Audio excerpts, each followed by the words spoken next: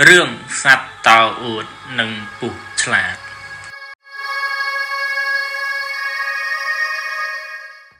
កាលពីព្រៃនាយនៅក្នុងព្រៃដ៏ធំមួយមានសត្វតោឈ្មោះសីហាដែលជាស្ដេចនៃព្រៃសីហាមានកម្លាំងខ្លាំងនិងសំឡេងក្រហឹមឮឆ្ងាយរហូតដល់សត្វទាំងអស់ភ័យខ្លាចប៉ុន្តែសីហាមានទម្លាប់មួយមិនល្អគឺចូលចិត្តអួតពីកម្លាំងរបស់ខ្លួនរាល់ព្រឹកវាតែងតែឈរលើថ្មធំមួយហើយស្រែកថាខ្ញុំជាសត្វខ្លាំងជាងគេគ្មានអ្នកណាឆ្លាតជាងខ្ញុំនិងខ្លាំងជាងខ្ញុំទេសត្វតូចដូចជាទន្សាយកំប្រុកនិងស្វាបានលួចសើចគ្នាព្រោះពួកគេដឹងថាសីហាមានកម្លាំងពិតប៉ុន្តែមិនសូវចេះគិតពិចារណាឡើយនៅក្បែរទន្លេមានពស់មួយក្បាលឈ្មោះមនីមិនខ្លាំងដូចសីហាទេប៉ុន្តែវាស្លាតនិងចិត្តល្អថ្ងៃមួយសីហាបានឃើញមមីកំពុងដេកហាលថ្ងៃហាពស់តូចអើយឯងគ្មានដៃគ្មានជើងតើអាចធ្វើអ្វីបានខ្លះសីហាសើចមមីញញឹមហើយនិយាយថាមិត្តសម្លាញ់មិត្តសីហាមនុស្សនិងសត្វម្នាក់មានសមត្ថភាពខុសៗគ្នាអ្នកខ្លះខ្លាំងអ្នកខ្លះឆ្លាតសីហាក្រវីក្បាល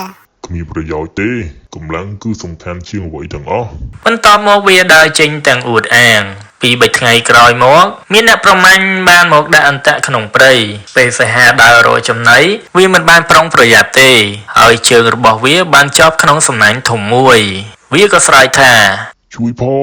យផងសីហាស្រែកសត្វជាច្រើនបានឮសំឡេងប៉ុន្តែគ្មានអ្នកណាហ៊ានទៅជិតទេមុនីពស់បានលូនទៅដល់ហើយឃើញសីហាកំពុងភ័យខ្លាចមុនីដែលជាសត្វពស់បាននិយាយទៅកាន់សីហាថាមើលសីហាកុំបារម្ភខ្ញុំនឹងជួយអ្នកសីហាភ្ញាក់ផ្អើលហើយក៏មានការងឿងឆ្ងល់ថាឯងជាពស់តូចម្នាក់នេះអាចជួយអ្វីដល់ខ្ញុំបានមុនីមិននិយាយអ្វីទៀតទេវាលូនទៅរកខ្សែដែលចងអន្ទាក់ហើយខាំខ្សែនោះម្ដងហើយម្ដងទៀតរហូតដល់ខ្សែដាច់ទីបំផុតសីហាក៏រួចផុតពីអន្ទាក់សីហាមានអារម្មណ៍ខ្មាស់អៀនណាស់វា